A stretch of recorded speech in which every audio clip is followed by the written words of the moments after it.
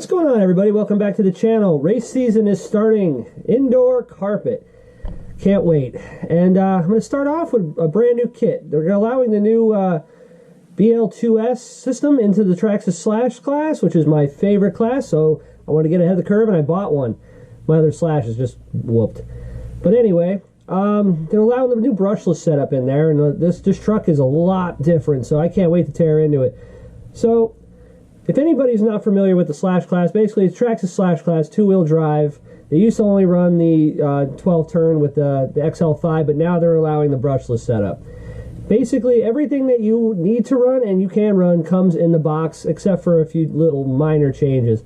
But I'm going to show you the tips and tricks that I've learned over the last couple of years to make these things just that little bit quicker, to give you a little bit of an edge to hopefully beat them.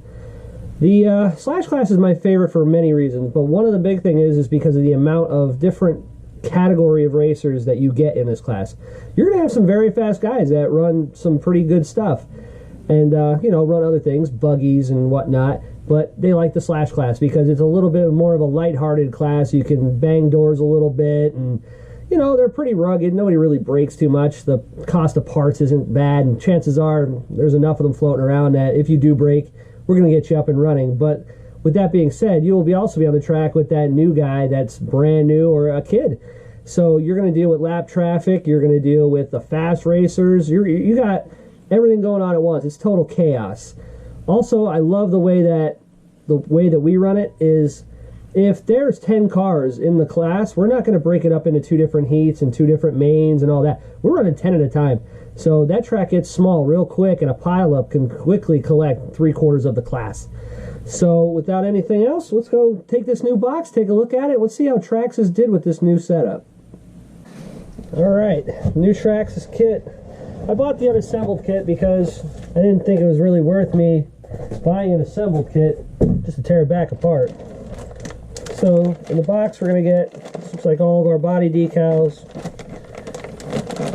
Got a sponge here for the battery, we're going to need that. All your instructions, stuff like that. We're not going to deal with that at the moment. I'm sure the instructions are in there, I'm going to need them. Here's the body. I have multiple holes cut in this thing. I guess the new clipless body system uses more than just a traditional one hole. Pretty cool. We're not painting that today. Okay. Tires. What kind of tires and wheels in the bag? Got the BFGs. These tires are non-S1. I recommend not running the S1 because it seems like the problem with the Traxxas tires is when they get too soft, the sidewalls get soft, these things like to roll over. Once that sidewall starts to roll over, these tires are junk.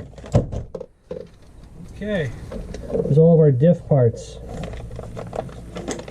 I believe these have a sealed diff. Okay, diff parts. What we got in the box here, this is probably the radio.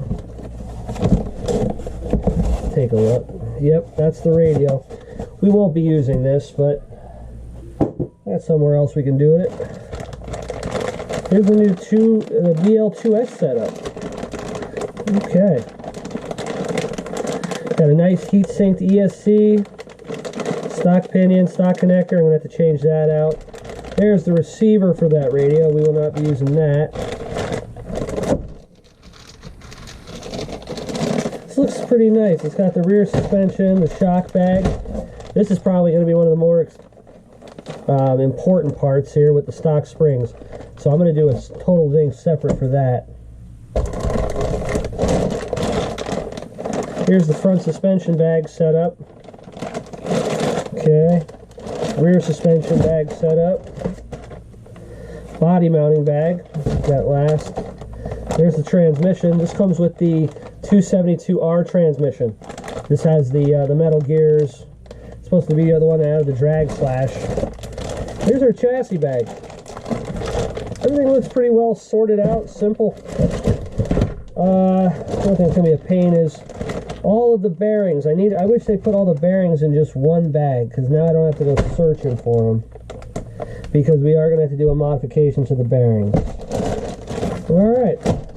I'm going to dig into that other bag. if I could find the instructions. I'm going to build this step by step just like Traxxas wanted it to. And let's get this thing together. Alright, included is a full manual on how to assemble this thing. And I'm going to follow it as best as I can. The only thing I'm going to do is I'm going to do it in a different order because of what I have to do to this. It doesn't make any sense for me to stop halfway through because, like I said, I need all the bearings all at once. So let's take a look at it. And we're going to start this front. I'm going to start the front suspension first. And let's get this thing together. I don't think this will take too long. So here's the front bag, labeled front suspension bag. Let's get going. One of the things I did notice that they did a lot of upgrades to the suspension arms and all the axles and all the good stuff that came with this. Was like, look at these. These are rear bearing carriers. They only have one mount on them now instead of two. They used to have an upper and a lower. You would adjust that for a high bite or low bite track, but it looks like they got rid of that. But they reinforced quite a bit of the sides. A lot more plastic involved in there. The what's this? The caster blocks. These things are much bulkier than they used to be. Never really had a problem breaking these. These are not really a part that I had a problem with. These I broke. Usually you snap them off at the ear. And the arms, it's coming with the Ultra Duty arms, which still has your standard 2-hole locations and stuff like that. Other than that, it's just a little bit bulkier, which I'm going to weigh this compared to an old one and see what the difference is. But these upgraded suspension parts are definitely a bonus. I do appreciate that. Alright, the first step is to get the bulkhead with the front shock stand and the front body mount on for the front module assembly. No modifications need to be done here. Everything's pretty straightforward on this one. The only thing is that the front camber links on these, looks like they're using a thicker end on them as well. I mean, that's probably something that they changed since my last one. There's probably nothing breakthrough, but they want these at 79 millimeters. I'm going to do my best with the micrometer here, and I want to try to get these as close as possible to that 79 and have them equal. So at least when I have to do the alignment, at least I have a fairly good starting point. So let's get this thing going and get this thing at 79 mil. Let's see where they come with out of the box.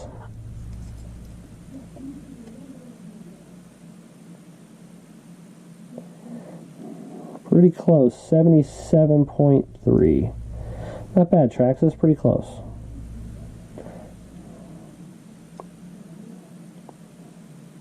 Dang, it's in a millimeter.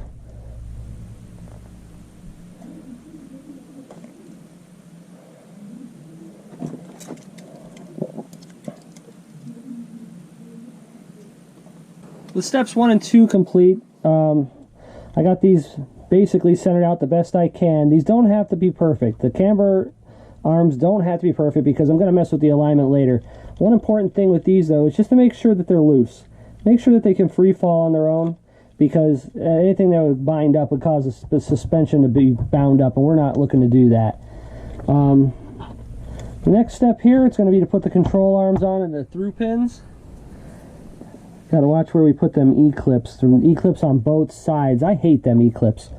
I'm going to be able to do pretty much all of this front end together. I will not be able to do all of it because I got to run these bearings through a little process I do to help them out. These also come nicely with part number 1985. These little spacers, these little shims. These things make a night and day difference. As you can see, I have 2 packs on standby because I use them frequently. So let's get these control arms on and go to the next step. One tip that I do recommend is when you start putting these pins through the arms is to just put the C-clips already on one side. It's not worth fighting for 2 sides, and I usually push them through the back first, just because it's a lot more easier to, I think, to work from the front, so you can just slide them right in. 1, 2. I'm going to put the crossbar in.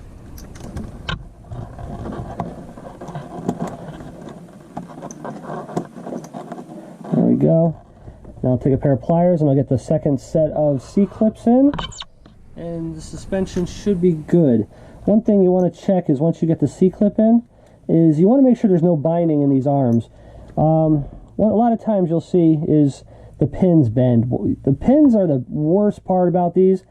You got to keep a good eye on them. If they bend, they start to oval the holes out in the arm, and that can cause it'll either bind up, which will give your suspension crappy travel, or it'll just start to ruin the arm for no reason when you can just buy a $3 pack of pins. When you're gonna get into a good wreck, you'll know what I mean. But yeah, these seem to be pretty good. They're not very tight, and there's no slop in them, so there's no reason to shim them.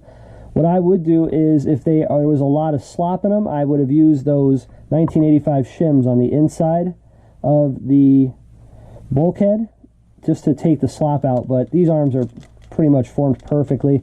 I don't see any problem. Also, the same way, if they were too tight, I take a piece of sandpaper.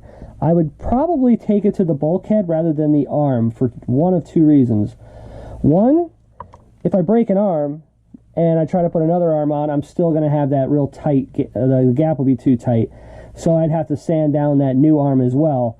Or I can do the bulkhead once, and if I break an arm at the track, I can just throw another arm on and not have to worry about it.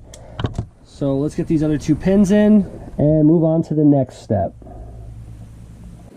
So this is the new front suspension setup that they came up with for the caster blocks and the C-hubs. These things are a lot nicer than the old ones, and I noticed the problems that I've always had with these is not really slop as far as, left to right. That's got to move. It was up and down, and the casting on this is much better. You could tell when they molded this, it's a lot tighter. The tolerances are nice. I'm sure after a couple of good wrecks it'll change, but for now, this thing looks really nice. They did a good job with these new upgraded parts, which I think is definitely going to help in the durability department as far as when we get hit, because yeah, this thing's going to get beat up pretty quick. Now that these new arms are all on, you just want to double check everything, make sure there is no binding whatsoever. You want these things to basically just ride real nice, no binding, because a bound up suspension will not react quick. Just don't want any slop either, because the steering on these things usually tends to get a little sloppy, but it's usually because of the actual servo, the servo saver and the steering rack, not these parts. But I'm really impressed with the quality of these upgraded parts that they put on the Slash. I think this thing's going to be a real fast now. All the slop is gone out of it. One thing that I did want to note is, I'm sure it happens, is the kit was already missing one of the C-clips. I put all the screws in one spot on this nice Traxxas mat, and it was not there. So I don't believe I lost it. So I think they forgot to put it in the pack. But this thing so far, I'm really pleased with just how it's coming together. So let's go on to the next step and see what they want. The next step they're going to have us do is install the steering onto the lower, the front suspension to the skid plate. Now this part is real important. I like how in the instructions they actually show you using those 1985 PTFE coated washers already in them. So this must be something that they know there's an issue with as far as, the slop in the steering. So that's cool that they already include that. So with this one here, that's real important, is to make sure that you get all of the up and down slop out of this, but make sure that it's not binding the steering at all. Because the servo we're going to be using, I'm not using the stock servo, but a regular servo in these Traxxas, you really don't want any type of binding, because they're not the most powerful things to begin with. And the faster we can steer, the faster we can turn, the faster we can get around this track. So make sure when you tighten these down, we're not looking to send this thing all the way home and make them bind, because these don't even have bearings in them. They just have little plastic bushings. So, like, that is still too loose. That feels good, and it's pretty snug. I'm going to back it up a little bit. And that feels much better. It's got a little bit up and down yet, so I'm going to tighten it just a little bit more. Still a little little up and down.